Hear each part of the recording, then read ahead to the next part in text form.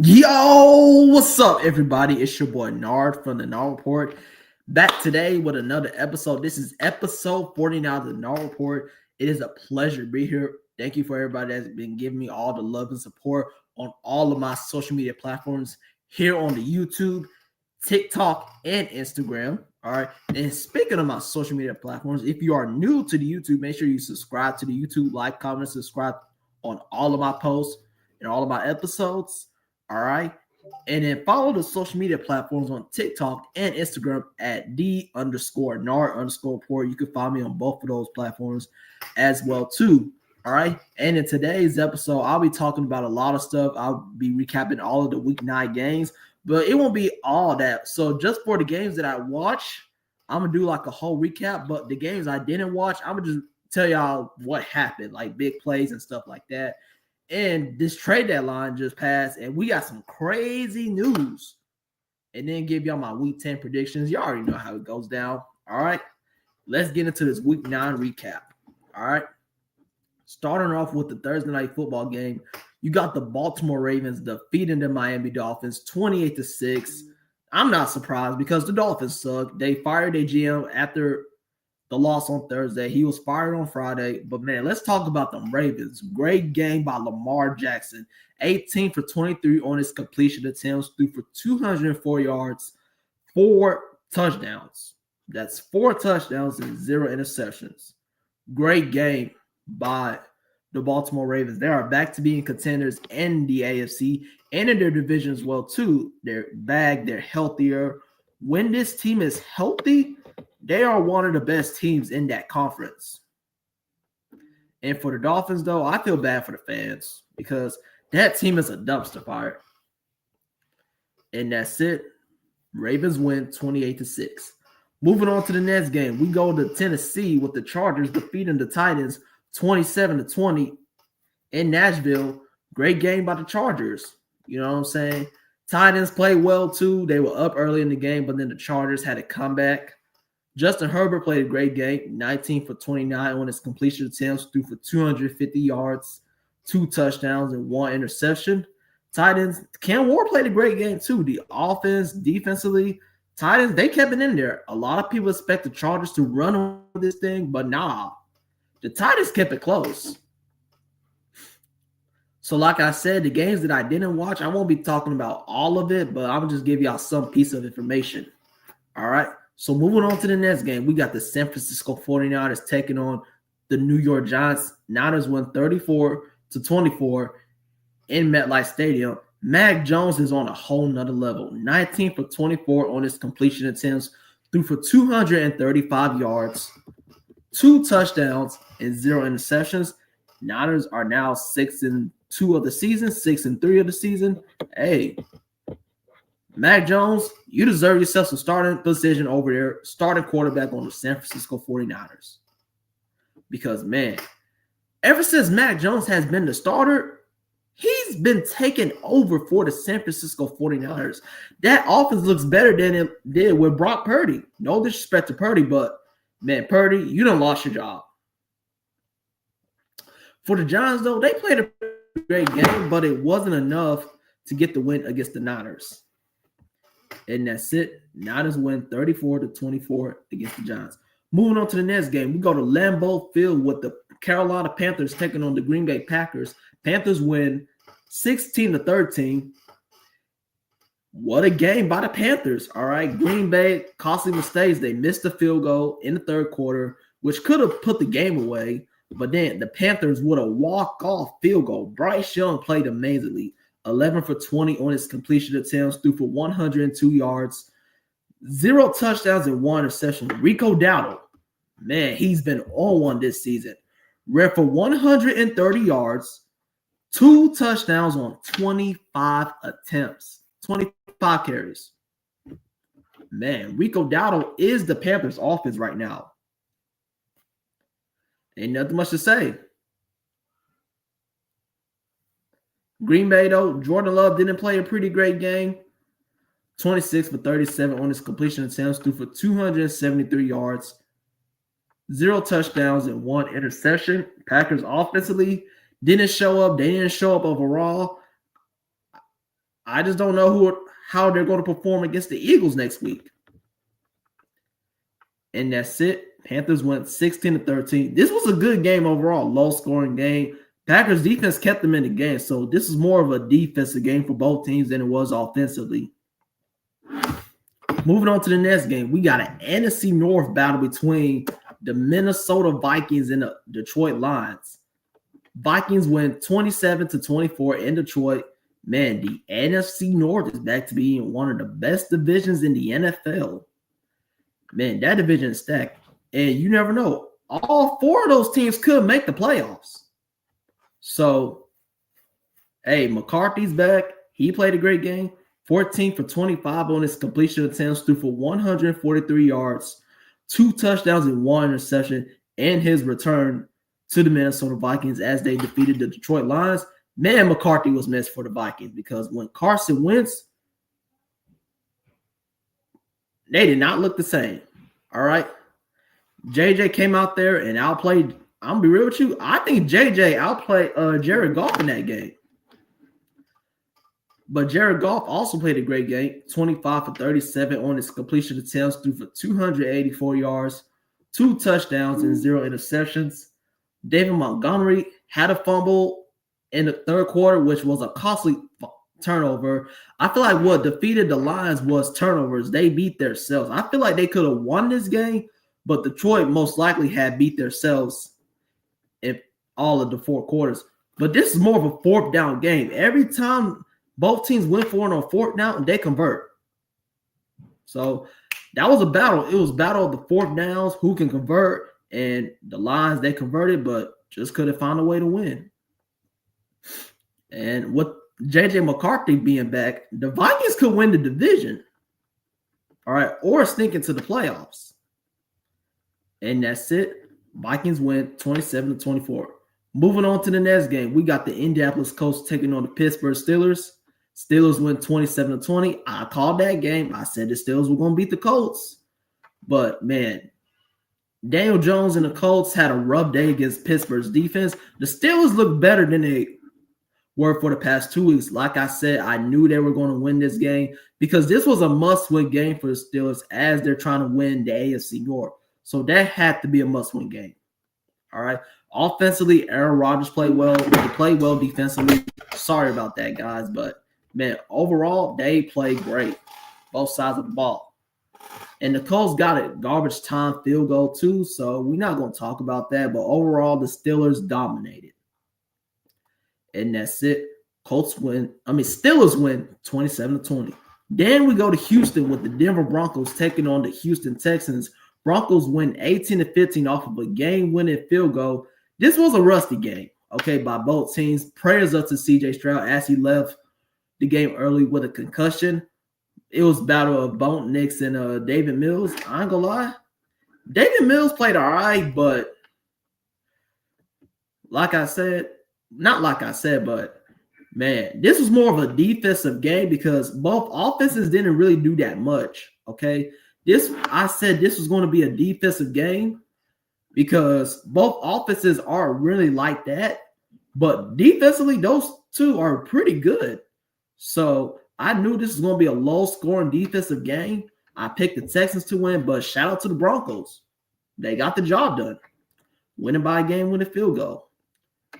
Moving on to the next game, we got the Bears and the Bengals. Bears went 47-42 in Cincinnati. What a fanatic finish this was. Potential game of the year. Let's go to the fourth quarter. 2 minutes left to go. 41-27 Bears. Bengals score a touchdown. They get the onside kick. They score a touchdown. Get the 2-point conversion. Bears drive the ball down the field. Score a game-winning touchdown. How in the world did the Bears score a touchdown on that play? You had 3 Bengal defenders right there, and you couldn't even make the freaking tackle. I don't know what happened with the Bengals. Offensively, they're great, but the Bengals just need a defense. I think there are a defensive way from being legit playoff contenders. So, yeah, the Bengals need to invest all their money in the offseason on defense because if the Bengals got to put up 50 points every game to win, that's not great. That's not okay. But man, Flacco played a great game. Offensively for the Bengals played well. Defensively, didn't show up at the end. Bears, Caleb Williams played a great game. Offensively, this was more of an offensive game. Both defenses didn't really show up for both teams. But man, Flacco and Caleb Williams outdo each other was fanatic. Was a fantastic finish. Moving on to the next game, we got the Los Angeles Rams taking on the New Orleans Saints. Rams win 34-10. Ain't nothing much to say here. The Rams, one of the best teams in the NFC, trying to win that division. Saints, Tyler Show started. He did not play well, but that was ain't nothing much to say there. But moving on to this next game, game of the week, the Buffalo Bills defeated the Kansas City Chiefs 28-21 in Buffalo. What a game this was. We all know every time the Chiefs and Bills play each other, it's always going to come out to one play, one fanatic finish, right? We all know that. And that's what the ending we had. Let's go right to the end of the game. 28-21 Bills. They could put it away with the game-sealing field goal, but the kicker misses it, gives the Chiefs the ball back with great field position, and the Chiefs almost scored a touchdown at the end. Yes, they almost scored a touchdown at the end. If they would have scored a touchdown to send the game to overtime or win the game off of a 2-point conversion, that would have been the greatest comebacks I've ever seen under 2 minutes. Man, what a game. Patrick Mahomes, 15 for 34 on his completion attempts, threw for 250 yards, 0 touchdowns, and 1 interceptions. Josh Allen played a great game, 23 for 26 on his completion attempts, threw for 273 yards, 1 touchdown, and 1 interception. This was more about who was the better team, and that was the Buffalo Bills. Overall, I think the Bills are the better team, and we all know this too. The Bills can beat the Chiefs, but they just need to learn how to beat them when it matters the most. That's it. Bills win 21-28. Hopefully these two see each other again in January. Moving on to the next game, we go to Las Vegas with the Jaguars defeating the Raiders in overtime, 30-29. Game goes to overtime. Jaguars score a touchdown. Raiders get the ball back, get the ball with a chance to win the game. They score a touchdown. They go for 2, didn't convert. Jaguars win the game. Shout out to Cam Little with a 68-yard field goal, making that the longest NFL kick in history. 68 yards. Man, that dude got a leg. And if you didn't know, remember, he also kicked a 70-yarder in the preseason. That's probably Brandon Aubrey 2.0. Okay? Cam Little is Brandon Aubrey 2.0, ladies and gentlemen. That boy got a freaking leg. Trevor Lawrence played a great game, 23 for 34 on his completion attempts, threw for 220 yards, 0 touchdowns, and 1 interception. Geno Smith played a solid game, 29 for 39 on his completion attempts. Threw for 284 yards, 4 touchdowns, and 1 interception. But overall, though, what a game by the Jacksonville Jaguars. And shout out to Cam Little. That dude is a freaking dog. Moving on to the next game, we got the Seattle Seahawks defeating the Washington Commanders, blowing them out in Washington, 38-14. Hey, I think Seattle's one of those teams to watch out for in the NFC, because the way Sam Darnold's been playing, the way this offense has been playing, and they got a top 10 defense in the league, man, I'm telling you, man, the Seahawks could end up coming out of the NFC. I can see them beating the Lions. I can see them beating the Bucs. I could potentially see them beating the Eagles because they've had Philly's number over the last few years. So watch out for the Seahawks. But let's talk about that dude, Sam Darnold.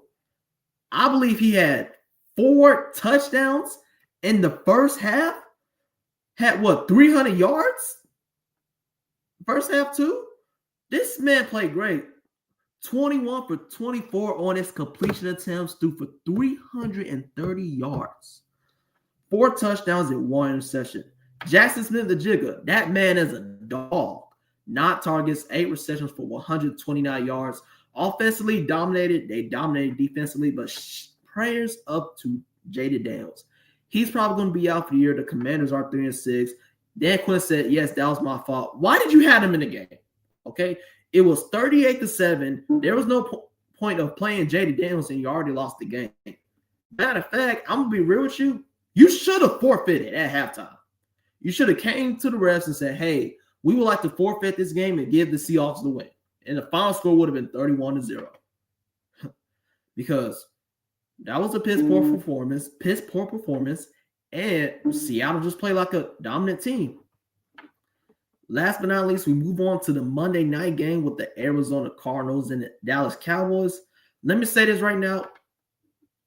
Dallas does not have a defense. Okay? The Cowboys got one of the worst defenses in the National Football League. Jacoby Brissett. Make that man the permanent starter for the rest of the year, because the games they've been in, the games they won, is because of Jacoby Brissett. All right.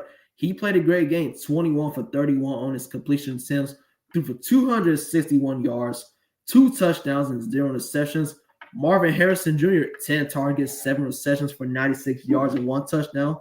Trey McBride had a touchdown as well, too. 9 targets for 5 receptions for 55 yards. Defensively for the Cardinals played well. One thing we learned about the Cardinals is they are a competitive team, but they just got to find ways to win games. And it's like every game they played in this season, it's been close. Like they kept it close with the Colts. They kept it close with the Seahawks. They kept it close with the Niners. Hey, the Cardinals are one of those teams. You never know what you might get from them. But if I was the Cardinals, Jacoby Brissett is your starting quarterback for the rest of the year. I understand Kyler Murray's coming back healthy, but Brissett is your starter. All right. Dak Prescott did not play a great game. 24 for 39 on his completion attempts. Threw for 250 yards, 1 touchdown, and 1 interception, and sacked 5 times. Let's just go ahead and say this right now. The Cowboys season is over. Okay, they are 3-5-1 heading to the bye week. There's nothing else they could do. All right, but they did make a move for Logan Wilson and Quinnen Williams for the trade in the trade deadline, which was a great move by the Dallas Cowboys. But that's all though. Cardinals win 27-17. Next up, we go to this NFL trade deadline, and I'm gonna just talk about the trades from today. Man, what a day! Starting off with the trade of the deadline. Sauce Gardner to the Colts. I'm glad he left that sorry team. Okay? Because, man, the Jets just traded everybody because they already dumpster fire. I get it. They are one of the worst teams in the league. All right. But, man, Sauce Gardner to the Colts, that defense is about to be better than it was before him. The Colts got a solid defense, but you added Sauce Gardner. Man, the Colts are going all in this year.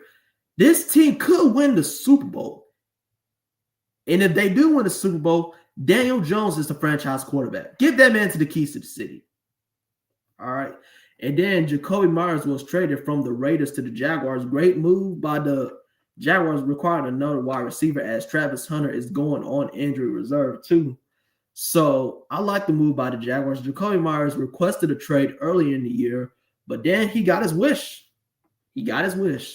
So that's the happy part about it is Jacoby Myers got his wish. He wanted to trade. He got traded.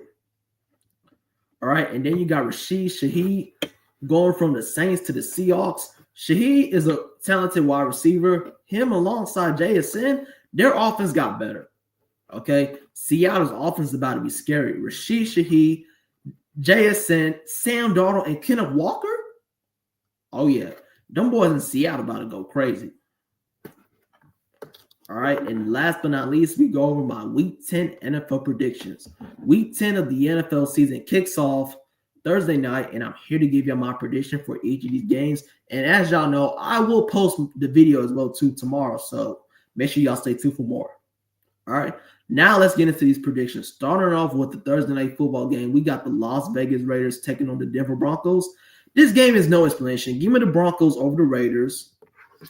Next up, we got a Germany game between the Atlanta Falcons and the Indianapolis Colts. My Atlanta Falcons going up to Germany to play the Colts. Both teams are coming in the game with a chip on their shoulder, looking to bounce back after a rough loss last week.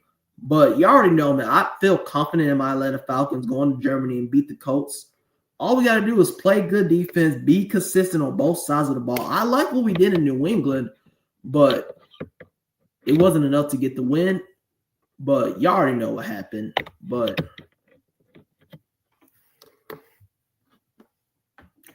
otherwise, though, give me my Atlanta Falcons over the Indianapolis Colts in Germany. All right. Next up, we got an NFC South Division rival between the Carolina Panthers and the New Orleans Saints. I got the Panthers over the Saints. Jaguars Texans, I got the Jaguars. Ravens Vikings, good game. Give me the Ravens. Patriots and Bucks. Bucks coming off the bye week. I'm going to go with the Bucks. Rams and 49ers. I'm going to go with the Niners. I'm going to go with the Rams to beat the 49ers. Steelers Chargers. Give me the Steelers. Giants Bears. Give me the Bears. Dolphins, Bills, no explanation. Give me the Bills. Browns, Jets, battle of two sorry teams. Give me the Browns. Seahawks, Cardinals. I will not be surprised if the Cardinals win this game, but give me Seattle. Lions, Commanders. The Lions should win by at least 40. And then last but not least, Monday night. This is about to be a good one between the Philadelphia Eagles and the Green Bay Packers. Two NFC powerhouses going at each other. Potential playoff preview. Give me the Eagles on the road at Lambeau Field to beat the Green Bay Packers. Oh, and one thing, I forgot to recap the Falcons and Patriots game. So let me go over that real quick. The New England Patriots defeated my Atlanta Falcons 24-23 in New England. This was a great game by the Atlanta Falcons. Drake London went off. Okay, this man played well. He had 3 touchdowns for 116 yards. All right, 9 receptions on 14 targets. Drake London is a top 10 receiver in the league. Michael Penix played well in his first game back from his injury. 22 for 37 on his completion attempts, threw for 221 yards, 3 touchdowns, and 0 interceptions. The run game is starting to get going too, so I love what I see from this Atlanta Falcons team. That was a much-needed improvement from that loss against the Miami Dolphins, but the Patriots, Drake May is that guy. He is special. 19 for 29 on his completion attempts, threw for 259 yards, 2 touchdowns, and 1 interception. Patriots, in the first half, they dominated. It was 21-7. Jalen Walker gets the fumble, picked up by James Pierce. Falcons scored a touchdown at the end of the half, make it 21-14. Patriots only scored 3 points in the second half, which was held by the Falcons defense, which I'm proud of. They did a great job, but man, let's go to the late in the game. Fourth quarter, 24-17 Patriots, 4:44 left to go. 4th and goal. Michael Penix throws a touchdown to Drake London, 23-24. All we got to do is make the extra point to tie the game. What happens? You can't make this stuff up. Parker Roma misses an extra point. But then when the Patriots got the ball, they went 3-and-out, which was held by the defense. Defense played well that game, 6 sacks. So I like what I seen for the defense. So we got the ball back too. But what killed us at that end was that intentional grounding by Michael Penix. You cannot do that, Penix. But I heard that there was some confusion on the snap because the safety clapped. But that was a costly mistake by the Falcons. If it wasn't for that intentional grounding, the Falcons would have gotten deep into field goal range for Parker Roma for a potential game-winning field goal. But otherwise, though, Falcons, I'm still rising up. I don't think the season's over yet at 3-5 because I feel like we can go to Germany and beat the Colts. And if we do, we can go on a run on our next 3 games. We got Carolina, New Orleans, and the Jets. Win those games, we're 7-5 and back into the mix. So I'm still rising up, man. I still got confidence in my Atlanta Falcons, and we'll see what happens on Sunday against the Indianapolis Colts. All right. And that concludes today's show of the Nard Report. Thank you for everybody that joined. I appreciate all the love and support. Like I said, if you are new to the YouTube and if you're watching right now and love talking about sports, NFL, and NBA, make sure you subscribe to the YouTube. Click that bell to make sure y'all get all the notifications on when I go live and when I post stuff. And don't forget to follow me on all of my social media platforms on Instagram and TikTok at @D_Nard_report. All right. Have a good rest of your day. Nard out.